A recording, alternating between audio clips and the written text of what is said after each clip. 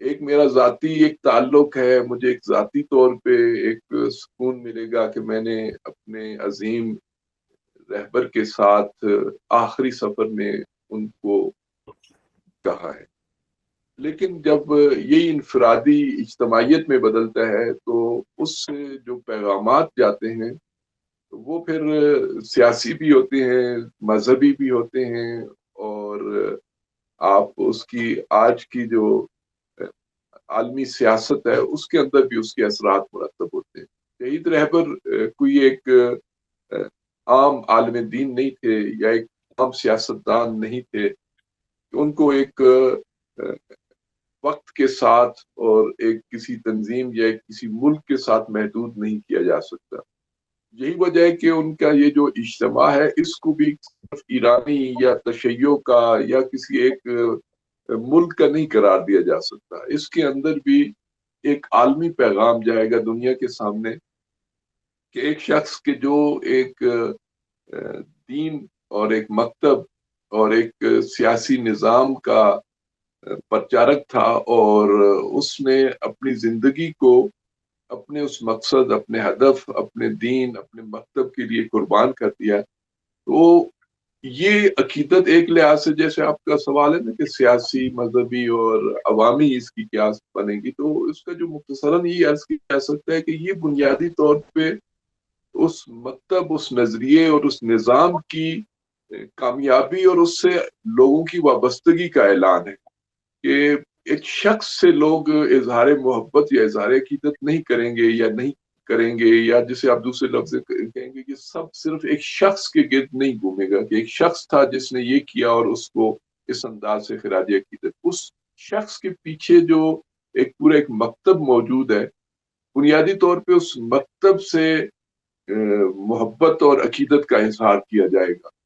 اور وہ مکتب بنیادی طور پہ چونکہ شہید کی اپنی زندگی میں بھی ان کی تقاریر، ان کی تحریر، ان کے جو بیانات ہیں اس میں بھی وہ اپنے اس مکتب کی طرف لوگوں کو متوجہ کرتے تھے کہ مکتب کی طرف توجہ رہیں. شخصیات آتی جاتی رہتی ہیں، زمانے بھی بدلتے رہتے ہیں، لیکن جو چیز مستقل ہے وہ نظریہ ہے، اور وہ نظریہ بھی توحیدی نظریہ ہے. اس کو ہم کسی ایک چھوٹے سے کسی منظر نامے کے اندر قید نہیں کرنا چاہ رہے، کیونکہ جو یہ قربانی ہے یہ بنیادی طور پہ توحید کے راستے میں ایک بہت بڑی قربانی ہے. اور وہ توحید بنیادی طور پہ خدا کی زمین پر خدا کے نظام کو نافذ کرنے کا جو ایک عمل ہے کہ جو صدیوں سے جاری ہے، بلکہ انسان کے وجود سے لے کر جب سے انسان کو وجود بخشا گیا اور اس کو اس زمین پہ خلیفہ بنا کے بھیجا گیا، تو وہ جو اس وقت سے ایک سلسلہ شروع ہوا تھا اس کا ایک مقصد ہے کہ جس کے ایک حصے میں امام خمینی رحمۃ اللہ علیہ نے اور ایک حصے میں شہید رہبر نے اپنا ایک رول پلے کیا ہے. لہذا اس اجتماع کو اگر آپ سیاسی، مذہبی، عوامی تینوں تناظر میں دیکھیں تو اس کے اندر جو حقیقت آپ کو پنہاں نظر آئے گی وہ توحیدی پیغام ہی ہوگا. اچھا ڈاکٹر صاحب، یقیناً رہبر شہید کی تشییع جنازہ میں ملت اسلامیہ کی شرکت، جیسے خبریں آ رہی ہیں کہ دنیا بھر سے ان کے عقیدت مند اس جنازہ میں شرکت کے لیے ایران جانے کے لیے تیار ہیں. یعنی یہ شرکت عقیدت، احترام، نظریات جو فکری وابستگی کے اظہار کے طور پہ دیکھی جا رہی ہے، جس نے اس اہم موقع کو ایک تاریخی منظر نامہ بھی بنا دیا ہے. تو آپ کیا سمجھتے ہیں یہ شرکت کیا میسج دے رہی ہے؟ کیا یہ صرف عقیدت کا اظہار ہے یا ایک سیاسی، سماجی ایک ایسی حقیقت ثابت ہو رہی ہے؟ دیکھیں، اس کے میں نے جیسے پہلے عرض کیا تھا کہ اس طرح کی شخصیات، اس طرح کے اجتماعات وہ انفرادی نہیں ہوتے، اس کے جو پیغامات بھی ہوتے ہیں وہ بھی اجتماعی ہوتے ہیں. اور اس کے اندر بھی سیاسی پیغام بھی ہے، مذہبی پیغام بھی ہے اور عوامی پیغام بھی ہے. یعنی تینوں اگر تین کے اندر آتا، میں تو اس کو زیادہ کہوں تو اس میں اور زیادہ اس کو اسکیٹرڈ کیا جا سکتا ہے، وسیع کیا جا سکتا ہے. لیکن آپ کے سوال کے اندر کیونکہ سیاسی، مذہبی اور عوامی بات کی جا رہی ہے، تو دیکھیں جو سیاسی پیغام ہے وہ پوری دنیا کے لیے ایک سیاسی پیغام ہے، تمام سیاسی نظاموں کے لیے ایک پیغام ہے، تمام سیاسی شخصیات کے لیے ایک پیغام ہے، پوری دنیا کے عالمی سیاست کے لیے ایک پیغام ہے کہ اگر آپ اپنے مکتب سیاست یقین رکھتے ہیں تو اس مکتب کے لیے پھر جان قربان کرنا، اپنے آپ کو فدا کرنا، اپنی ذات کو فنا کرنا، یہ ایک معمولی کام ہوتا ہے۔ جب آپ مکتب کی نمائندگی کر رہے ہوتے ہیں اور مکتب کا دفاع کر رہے ہوتے ہیں، یا اپنے اس نظام کا، جس کو ہم اگر سمجھنے کے لیے اسلامی نظام کہیں، آپ اس کو قرآنی اور آسمانی نظام کہیں، جو ایک آسمانی سیاسی نظام ہے، اس نظام سے جو شہید کی وابستگی تھی وہ زبان و کلام تک محدود نہیں تھی۔ انہوں نے عملاً اس نظام کا دنیا کے سامنے اظہار کیا ہے، اس کی پختگی، اس کی وسعت، اس کی گہرائی کو پیش کیا ہے، اور پھر ساتھ ثابت بھی کیا ہے کہ یہ افراد تک بھی محدود نہیں ہے، ہم اس نظام کے لیے اپنا سب کچھ قربان کر سکتے ہیں اور اس پہ ہم کوئی کمپرومائز نہیں کریں گے۔ اور ساتھ ساتھ اس کو دنیا کے لیے ایک متبادل کے طور پہ پیش بھی کیا ہے۔ متبادل اس لیے کہ اس وقت دنیا کے اندر جتنے نظام ہیں وہ تقریباً سارے زوال پذیر ہیں۔ ابھی آپ اگر دنیا کے کمیونزم کے نظام کی طرف چلے جائیں، سوشلزم، کیپٹلزم، یا آج کل جس کو بہت زیادہ شور شرابہ کیا گیا تھا، وہ لبرلزم کا جو ایک ریولوشن قرار دے کے مغرب کو اس کے اندر ترقی کے ایک علامت کے طور پہ پیش کیا گیا تھا، تو اس وقت جو ان کا یہ نظام، تو ان کے اپنے ایکسپرٹس یہ کہہ رہے ہیں کہ وہ آخری سانسیں لے رہا ہے۔ لیکن اس کے مقابلے میں شہید رہبر نے امام خمینی کے توسط سے جو نظام پیش کیا، اس کو اب دنیا ایک متبادل نظام کے طور پہ اسٹڈی کر رہی ہے، اور اس میں یہ شہادت بہت بڑا رول پلے کرے گی۔ اور ساتھ ساتھ یہ جو نماز جنازہ کے اندر ایک عوامی شرکت ہو، وہ اس نظام اور اس نظریے کی تقویت کا باعث بنے گی کہ یہ ایک فرد کا یا ایک حکومت کا ایک نظریہ نہیں تھا، بلکہ اس کے پیچھے ایک پوری عالمی حمایت موجود ہے، اور اس عالمی حمایت کا ایک جو جلوہ ہوگا وہ ہمیں اس نماز جنازہ میں نظر آئے گا۔ دوسرا جو ایک مذہبی عنوان سے جو عرصے سے دشمن سازش کر رہا تھا کہ مذہب کو معاشرے سے الگ کر کے پیش کر دیا جائے کہ مذہب کا نظام سے، سیاست سے کوئی تعلق نہیں ہے، اور مذہب کو اب کبھی افیون قرار دیا جاتا تھا، کبھی دین اور سیاست کو جدا کر کے پیش کیا جاتا تھا۔ تو یہ ایک لحاظ سے جب اتنی بڑی عوامی شرکت، انٹرنیشنل اس کے اندر شرکت ہوگی، البتہ انٹرنیشنل تو نمائندگی ہوگی، ورنہ جو ہمیں اطلاعات ہیں کہ دنیا کے ہر کونے سے جتنے لوگ آنا چاہتے ہیں ان کے لیے تو مواقع ہی میسر نہیں ہے۔ خود آپ کے اپنے ملک، ہمارے اپنے ملک پاکستان سے زمینی راستے انہوں نے بند کیے ہوئے ہیں۔ اب بائی کتنے لوگ آ سکتے ہیں، یا ظاہر ہے اقتصادی مسائل بھی ہیں اور سفری جو سہولیات ہیں وہ بھی اپنی جگہ پہ موجود ہیں۔ اگر یہ صرف پاکستان، افغانستان اور ہمسایہ ممالک کو ہی اگر اجازت دے دیتے زمینی راستے میں، تو ایک تاریخی اجتماع ہوتا۔ تو یہ ایک لحاظ سے جو میں کہتا ہوں جو مذہبی پیغام جا رہا ہے، اس کے اندر یہ پیغام جا رہا ہے کہ قرآن نے، اسلام نے جو معاشرے کی اصلاح کے لیے، معاشرے کی ترقی کے لیے، کمال کے لیے جو ایک نظام پیش کیا ہے، اس کا ایک نمونہ شہید رہبر نے پیش کیا، اور اس کی تائید کے لیے کہ ہاں انہوں نے جو نظریہ پیش کیا اس کے اندر اتنا پوٹینشل موجود ہے کہ وہ انسانیت کی فلاح کے لیے کام کر رہا ہے۔ تو یہ پیغام دنیا کے لیے جائے گا جب لوگ اس میں شریک ہوں گے کہ اس مذہب کے لیے بھی لوگوں کے ذہن میں بہت سارے سوالات اٹھیں گے کہ دین اسلام میں کتنی گنجائش ہے، کتنا پوٹینشل ہے کہ ایک شخص 37 سال تک اقتدار میں رہا، اور اس نے اقتدار کے اندر نمبر 1 شخصیت ہونے کے باوجود بھی اتنی مقبولیت حاصل کی کہ 37 سال کے اس دورانیے کے بعد بھی لوگ ان سے کتنی محبت اور عقیدت کا اظہار کرتے ہیں۔ ہمارے ہاں تو 2 سال 4 سال اگر کوئی اقتدار میں رہے تو اس کو جوتوں سے اور گالیوں سے اتارا جاتا ہے، اور دوبارہ اس کو جو ہے وہ موقع ہی نہیں ملتا کہ وہ دوبارہ آ سکے۔ تو یہ ایک لحاظ سے تاریخی سند بھی بن جاتی ہے کہ اگر آپ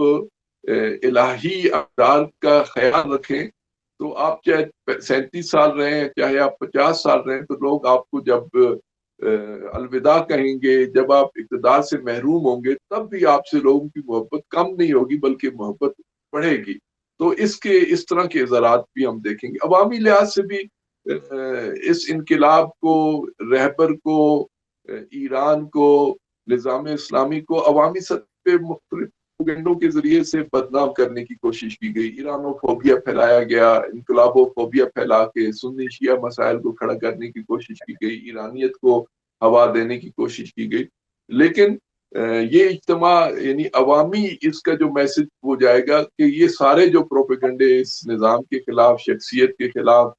کیے گئے تھے، ان پروپیگنڈوں کے اندر کوئی حقیقت نہیں. اچھا ڈاکٹر صاحب، جیسے آپ نے بتایا کہ دنیا بھر سے لوگ انتظار میں ہیں کہ انہیں جیسے بھی ممکن ہو کہ وہ اس جنازے میں شرکت کریں. ایک پہلو رہبر شہید کی نظریاتی اور فکری جسے کہہ سکتے ہیں نا وراثت کے، ایک امت مسلمہ کے سیاسی، انقلابی اور مزاحمتی بیانیے کے حوالے سے، خصوصاً آزادی القدس کے حوالے سے، اس نے کس طرح امت مسلمہ کو متاثر کیا کہ آج لوگ اس شخصیت کے رسم جنازہ میں شامل ہونا چاہ رہے ہیں؟ دیکھیں، عمومی طور پہ ہم جو ہے وہ جب بھی سیاسی نظام کی بات کرتے ہیں تو اس کو ہم محدود کرتے ہیں، لیکن اسلام کے اندر جو ہے وہ اس کا آئیڈیل رسول اللہ کی زندگی ہے، اور اس کا جو منشور یا اس کا آئین ہے وہ قرآن ہے، وہ کوئی اور اس کے علاوہ کوئی ایسا ڈاکومنٹ نہیں ہے. تو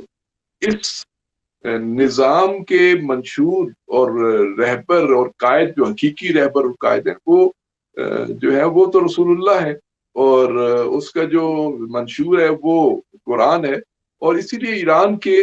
اندر جو لکھا گیا ہے وہ یہی لکھا گیا ہے کہ یہ تسلسل ہوگا، یہ کنٹینیوٹی ہے انبیاء کی، اس نہضت اور اس تحریک کی.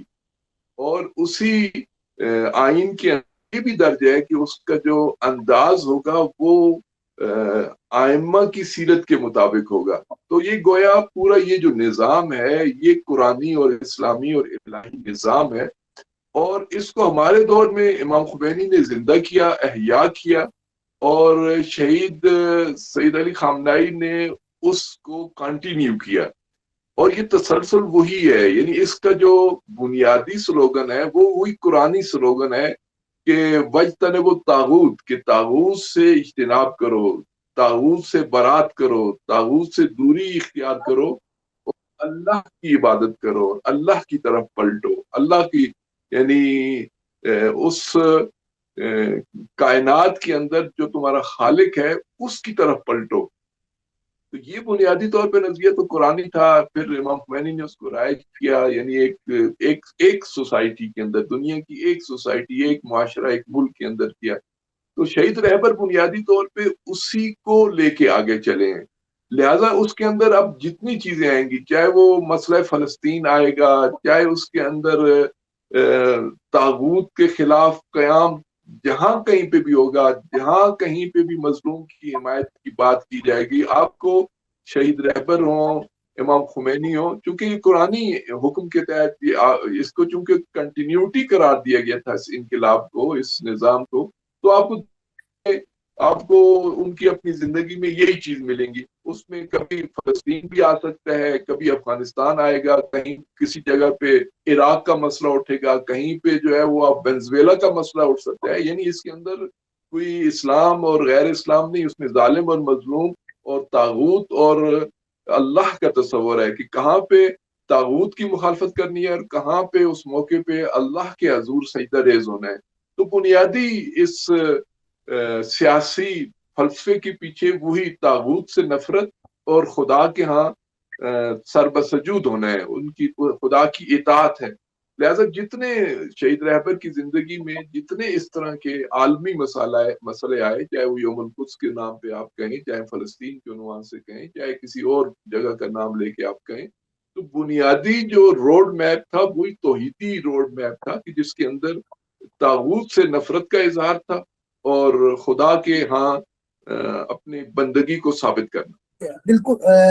رشب، میں آپ کی اسی گفتگو سے ایک ضمنی سوال کہ جیسے اب مذاکرات کے حوالے سے عالمی میڈیا اور مختلف تاثرات تھے، لیکن آپ کی گفتگو سے جو تاثر مل رہا ہے وہ یہی ہے کہ جمہوری اسلامی ایران کی پالیسی، وہ لا شرقیہ لا غربیہ یا طاغوت دشمنی یا القدس، وہ اسی عقیدہ توحید پہ وابستہ ہے جو امام خمینی رول اللہ نے کے زمانے سے لے کر رہبر شہید کی زندگی اور موجودہ رہبر کی زندگی میں بھی جاری رہے گی. میں فقط ایک ضمنی سوال یہی ہے کہ کیا ایران کی اس سے ظاہر ہوتا ہے کہ پالیسی شخصیت سے وابستہ نہیں بلکہ ایک مضبوط نظریاتی ریاستی نظام کا حصہ ہے؟ کیا کہتے ہیں آپ اس بارے میں؟ جی میں نے عرض کیا نا کہ کسی ملک کے جو اس کی راہ و روش ہوتی ہے یا اس کے جو اقدامات ہیں اس کے آئین کی روشنی میں پرکھے جاتے ہیں، اور آئین ہی بنیادی طور پہ وہ آپ کا وہ راستہ ہوتا ہے کہ جس کو لے کے آپ آگے چلتے ہیں. شخصیات سے کمی زیادتی ہو سکتی ہے کبھی، اس کو آئین کو اسی لیے آئین کے اوپر پہرے بٹھائے جاتے ہیں، اس کے اوپر مؤثر ادارے ہوتے ہیں، کبھی پارلیمنٹ کی صورت میں، کبھی کورٹ کی صورت میں، کبھی ولی فقیہ کی صورت میں، کہ جو کو انحراف سے بچائے. تو ایران کے اندر بھی اگر آئین کے اس میں دیکھیں، جیسے میں نے پہلے عرض کیا ہے کہ اس آئین کے مقدمے میں دیباچے میں ہی یہ کہہ دیا گیا تھا کہ یہ انبیاء اور ائمہ کی نظام حکومت کی کنٹینیوٹی ہے. تو اس کنٹینیوٹی کے اندر پھر یہی بنیادی نظریات کے، جیسے میں نے پہلے کہا ہے کہ اس میں ظالم سے جسے کہتے ہیں نفرت اور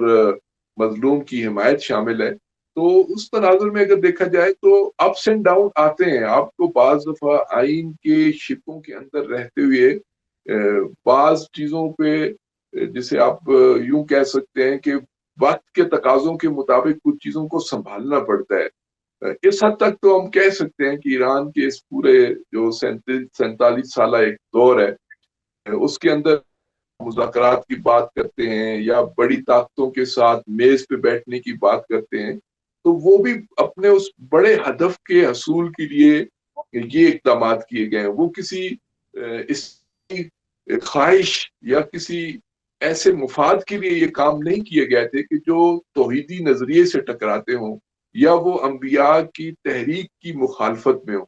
اگر کہیں پہ اس نظام کو بہتر بنانے کے لیے، محفوظ بنانے کے لیے اگر کہیں پہ مذاکرات ہوئے ہیں تو وہ نظام کے لیے ہوئے ہیں، کسی فرد کے لیے نہیں ہوئے، کسی ذاتی مفاد کے لیے نہیں ہوئے. اور کہیں پہ جب جنگ ہوئی ہے تو جنگ بھی اسی نظریے کی ہے کہ جب ظالم نے ظلم کی انتہا کر دی، جب اس نے جاہلیت کا ارتکاب کر دیا، تو اس کے جواب میں پھر جوابی جنگ ہی ہو سکتی تھی، اس کے لیے کوئی اور راستہ نہیں تھا. تو یہ جو امن، صلح، جنگ اور یہ جو مختلف مراحل سے ایران 47 سالوں سے گزرا ہے،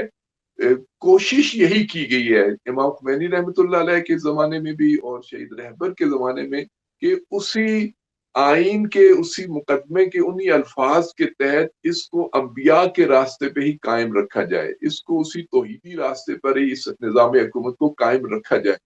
کہیں پہ کوتاہیاں بھی ہو سکتی ہیں کیونکہ ایک بالآخر ایک غیر معصوم کے ہاتھ میں نظام تھا، لیکن جسے آپ کہہ سکتے ہیں کہ اس کے پیچھے کوئی ایسی پوری نیت یا اس کے پیچھے کوئی ذاتی مفاد ہرگز نہیں تھا. اس میں آپ پورے 47 سالہ دور کو اٹھا کے آپ دیکھ لیں، امام خمینی رحمۃ اللہ علیہ بھی اور شہید رہبر بھی آپ کو ایک بڑے آئینے کی طرح ایک شفاف نظر آئیں گے. ان کی پالیسیوں کے اندر وہ روایتی سیاستدانوں کی طرح پیچیدگی اور اس کے اندر مخمسے کا شکار ہونا، اس کے اندر جو ہے وہ اپنے آپ کو بچا کے اور اس انداز سے یا اعتراض کرنے والوں کو اس انداز سے مطمئن کرنے کی کوشش کرنا کہ جس کے اندر بنیادی نظریے کو ٹھیس پہنچتی ہو یا اصولوں پہ سمجھوتا ہو، تو وہ آپ کو نظر نہیں آئے گا. لیکن ٹیکٹکس بعض دفعہ ایسی ضرور رہی ہیں کہ جس سے یہ گمان ہوتا ہے بعض لوگوں کو، لیکن جب آپ اس کی ڈیٹیل میں جاتے ہیں تو پھر آپ دیکھتے ہیں کہ نہیں، اصولوں سے تضاد نہیں تھا، لیکن کہیں پہ ٹیکنیک کے اندر جو ہے وہ سمجھنے میں یا اس کے نتائج میں ممکن ہے کوئی ایسی چیزیں سامنے آئی ہو، لیکن جو اس کے جو انداز تھا، جو اس کا عمل درآمد کرنے کا جو طریقہ کار تھا، اس کے اندر بڑی شفافیت بھی تھی اور اس کے پیچھے درد بھی تھے. جتنے اقدامات امام خمینی کے دور میں ہوئے یا شہید رہبر کے دور میں ہوئے، اس پہ امام نے بھی اس کی باقاعدہ جہاں کہیں پہ اعتراض ہوئے اس کو انہوں نے بیان کیا ہے عوام کے سامنے. اور شہید رہبر تو بہت ہی تفصیلات کے ساتھ اپنی تقاریر میں، خطابات میں اس موضوع کو پہلے پیش کرتے تھے کہ یہ موضوع آنے والا ہے. یعنی یہی شہید رہبر کا کمال تھا کہ وہ اپنے خطابات کے ذریعے سے اپنی قوم کو وہ لے کے آگے چلتے رہے. اور بلکہ میں تو کہتا ہوں دنیا بھر کے سیاستدانوں کو وہ ایک جو بھی ان کو پڑھتے رہے، ان کی تقاریر کو سنتے رہے، وہ ایک باقاعدہ ایک جسے آپ کہہ سکتے ہیں کہ ایک مسلسل ایک سیاسی نظاموں کی جو آپ ڈائسیکشن کہتے ہیں، جو آپ مختلف نظاموں کی جو ایک تجزیہ و تحلیل ہے، اس کو لے کے وہ آگے بڑھتے تھے. آئندہ کے بارے میں باقاعدہ یہ کہتے تھے کہ آئندہ یہ ہونے والا ہے، یہ ہو سکتا ہے. اور یہی وجہ ہے کہ ان کو پڑھنے والے، ان کو سننے والے اب جب کوئی نیا مرحلہ پیش آتا ہے تو ان کے لیے کوئی ایک مشکل یا ایک انہونی چیز نہیں ہوتی. وہ پہلے سے درک کر رہے ہوتے ہیں کہ یہ چیزیں ہونے والی ہیں اور یہ ہوں گی. اور یہی میں سمجھتا ہوں کہ ایک الہی قیادت کا کمال ہوتا ہے کہ جب وہ کسی الہی سلسلے سے وہ وصل ہے تو اس کے تجزیوں کے اندر، اس کی تحریک کے اندر، ان کے اقدامات کے اندر اس کی جھلک نظر آتی ہے. تو شہید رہبر کے عنوان سے بھی جو آپ نے سوال کیا ہے، تو ان کا جو انداز سیاست تھا اس کے اندر بھی یہی آپ کو محسوس ہوں گی. اور 37 سال کے اندر انہوں نے اپنی قوم کو تربیت دی ہے. اور پوری میں سمجھتا ہوں کہ انٹرنیشنل پالیٹکس کے اندر ایک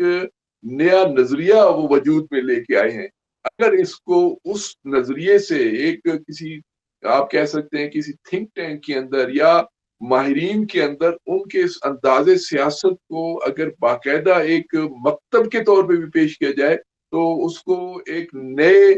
زمانے کے، ایک نئے عالمی نظام کے اندر ایک سیاسی تھیوری کے طور پہ بھی پیش کیا جا سکتا ہے. اور اس کے حقائق، اس کے دلائل، جو نتائج ہیں وہ بھی باقاعدہ ثابت کیے جا سکتے ہیں. لیکن بات مختصراً وہی ہے کہ الہی قائد، الہی رہبر جو ہوتا ہے وہ اپنے جو جس اصل سے مربوط ہوتا ہے اسی تعلیم کو، انہی تعلیمات کو لے کے آگے چل رہا ہوتا ہے. ایران کا بھی اسلامی انقلاب قرآنی احکامات اور قرآنی تعلیمات سے متاثرہ اور اسی کو لے کے آگے چلنے والا انقلاب ہے. اور الحمدللہ دونوں قائدین نے ابھی تک کے جو دو شہید رہبر ہوں یا حضرت امام ہوں، انہوں نے اسی انداز سے اس نظام کو لے کے آگے چلے ہیں. اور انشاءاللہ قائد رہبر جدید سید مجتبیٰ خامنائی سے بھی یہی توقعات ہیں. اور اسی وجہ سے ایک بڑا خوبصورت یہاں پہ نعرہ لگایا جاتا ہے کہ سہلے کے بعد سہلے. پہلا جو ایک تسلسل ہے صالحین کا، اس کو یہ ایرانی آئین کے اندر تو انبیاء کی نہضت اور انبیاء کے نظام کی کنٹینیوٹی کہا گیا ہے. تو ایران کے اسلامی انقلاب کے بعد بھی صالح بعد صالح، یعنی پہلے امام خمینی جیسے صالح شخصیت نے قیام کیا، اس کے بعد شہید رہبر نے اسی صالح کے جسے آپ کہہ سکتے ہیں کہ راستے کو جاری رکھتے ہوئے آگے بڑھیں. اور نئی قیادت رہبری بھی اسی صالحین کے راستے کو زندہ رکھیں گی. اس لیے یہاں پہ جو نعرہ چل رہا ہے کہ صالح بعد صالح، تو یہ واقع حقیقت پر مبنی ہے. اچھا ڈاکٹر صاحب، ایک بڑا آخری اور اہم سوال، تاریخ رہبر شہید آیت اللہ العظمیٰ سید علی خامنائی کو، ان کے دور قیادت کو کس عنوان سے یاد رکھے گی؟ ایک انقلابی رہنما، ایک مرجع مجتہد، ایک سیاسی مدبر، یا پھر ایک مزاحمتی فکر کے علمبردار کے طور پر؟ یہ چار پہلوؤں میں سے کس پہلو پہ؟ دیکھیں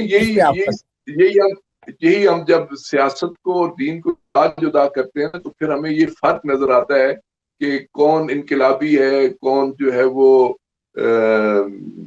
جو 3-4 صفات آپ نے بتائی ہیں کہ ان میں سے مثلا اس میں کون سی شخصیت غالب ہے. میں سمجھتا ہوں کہ انبیاء کے راستے پہ چلنے والا، رسول اللہ کے اندر اگر آپ رسول اللہ کی شخصیت کو لیں تو آپ نے یہ جو 4 صفات بتائی ہیں تو آپ ان میں سے کس صفت کو کہیں گے کہ رسول اللہ؟ یہ چاروں صفات بیک وقت ہیں. یہ ایسے نہیں ہے کہ ایک حصہ ہے ایک حصہ نہیں، یہ سارے ایک دوسرے کو مکمل کرتے ہیں. اور یہی اسوہ حسنہ ہونے کی جو رسول اللہ کے بارے میں کہا جاتا ہے کہ وہ کامل اسوہ ہیں، مکمل جو ہے وہ آئیڈیل ہیں. تو شہید رہبر بھی رسول اللہ کے ماننے والے تھے، اسی راہ و روش کو آگے لے کے چلنے والے تھے. ان کے اندر یہ چاروں صفات موجود ہیں. وہ ایک انقلابی رہنما بھی ہیں، وہ ایک سیاسی رہنما بھی ہیں، وہ ایک مذہبی رہنما بھی ہیں. وہ آپ اس کو جو بھی ایک اچھے رہنما کی اچھے رہنما کی جو بھی خصوصیات ہیں وہ ساری چونکہ رسول اللہ میں موجود تھیں، تو اسی سے یہ درک کیا ہے امام خمینی نے بھی اور شہید رہبر نے بھی، انہی صفات کو انہوں نے جذب کیا اپنے اندر، اور دور کے مطابق انہوں نے اس پہ عمل درآمد کرنے کی کوشش کی. اور یہ ہر مسلمان کا فریضہ ہے. میں نہیں سمجھتا کہ یہ کسی ایک شخص کے لیے، کسی حاکم کے لیے ہو. ہر شخص اپنی کسی نہ کسی سطح پہ وہ ایک ذمہ دار ہے، وہ مسئول ہے، وہ حاکم ہے. وہ اپنے کنبے سے لے کے اور ایک پوری دنیا کے عنوان سے، تو اسی لیے کہا جا سکتا ہے کہ کہا جاتا ہے نا، احادیث بھی ہیں کہ ہم میں سے ہر ایک مسئول ہے، اور اس کو ہر ریت کے بعد ہر ایک کی پوزیشن درست ہے. کہیں وہ چھوٹا یونٹ ہے اور کہیں پہ بڑا یونٹ ہے. تو اس طرح میں دیکھا جائے تو میں تو امام خمینی کی شخصیت ہو، رہبر کی شخصیت ہو، جو بھی بڑا عالمی اسلامی رہنما جس نے رسول اللہ کو اپنا آئیڈیل قرار دیا ہے، جس نے قرآن کو اپنا منشور قرار دیا ہے، تو اس کے اندر یہ ساری صفات ہونی چاہیے. اگر اس کے اندر یہ ایک میں کمی ہے تو وہ اس کی شخصیت کا نقص ہوگا، نہ کہ وہ یہ کہا جائے گا کہ یہ چیز غالب ہے اور یہ چیز مغلوب ہے. نہیں، اس کے اندر یہ ساری چیزیں جو ہیں وہ بیک وقت موجود ہونی چاہیے. اور ہم رہبر کی شخصیت کے اندر بھی دیکھتے ہیں کہ ان کے اندر صفات جس کا آپ نے ذکر کیا ہے، ان چاروں صفات میں آپ کو وہ اپنے معاشرے میں بے مثال، منفرد اور نمایاں نظر آئیں. بہت شکریہ ڈاکٹر صاحب. انشاءاللہ ہم آپ سے مزید اس حوالے سے جانتے رہیں گے. اجازت دیجیے. خدا حافظ. بہت شکریہ. جی بہت شکریہ آپ کا بھی. آپ نے اپنے اس چینل کے ذریعے سے ہمیں اپنے موقف کو یا اپنے جو آرائز تھے ان کو بیان کرنے کی توفیق دی، موقع دیا اور گنجائش دی. حاضرین محترم، ڈاکٹر سید راشد عباس نقوی سے گفتگو ہوئی، اور یقیناً آج کی گفتگو سے ہمیں اندازہ ہوا کہ رہبر شہید آیت اللہ العظمیٰ سید علی خامنہئی کی تشییع جنازہ ایک بہت بڑا تاریخی واقعہ بھی ہے. یہ صرف ایک فرد کی رخصتی نہیں، بلکہ ایک فکری، سیاسی اور انقلابی سفر کے اہم مرحلے کی علامت ہے. رہبر شہید، شہید امت کی تشییع جنازہ میں ملت اسلامیہ کی شرکت عقیدت، احترام، فکری وابستگی کے اظہار طور پہ تو دیکھی جا رہی ہے، مگر اس موقع نے اس کو ایک اہم تاریخی منظرنامہ بھی بنا دیا ہے. اور یہ اجتماع اس امر کی عکاسی کرے گا کہ شخصیات کے اثرات ان کی زندگی تک محدود نہیں رہتے، بلکہ ان کے افکار، ان کی خدمات اور ان کی جد و جہد آنے والی نسلوں میں بھی اپنا اثر چھوڑتی ہے. ہمارا پروگرام اسلام ٹائمز اردو کی ویب سائٹ اور سوشل میڈیا چینلز پہ دیکھنے کے بعد اپنی تجاویز، آراء اور تبصرے سے ضرور نوازیے گا. اجازت دیجیے. خدا حافظ. والسلام علیکم ورحمۃ اللہ وبرکاتہ.